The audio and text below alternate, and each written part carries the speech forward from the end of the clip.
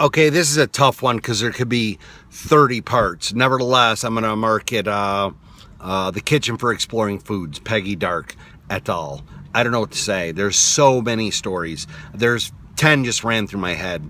I already told you Archbishop Desmond Tutu, and you weren't even there. So that's just one of 100. And you got the job there first and then brought me in, and they weren't real thrilled, but I managed.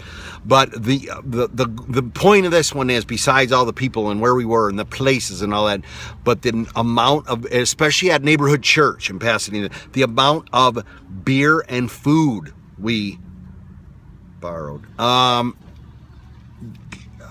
we would endlessly, if we got to bartend together, which happened once in a while, but we would take the empties and we'd the dolly, we'd load the dolly with boxes of empties, and they didn't know it, but we'd, 5 of the boxes were cases of beer, and then the last thing on the top was empties, and we'd run it out there and we'd put the beer in the cooler and then throw all the empties next to it, whatever, so that we'd come back later to Pasadena, all the way from Hollywood, but whatever, there were 50,000 full cases of beer, let alone food that we managed to steal and eat. And after we cleaned up, you put everything, the food in all the big gallon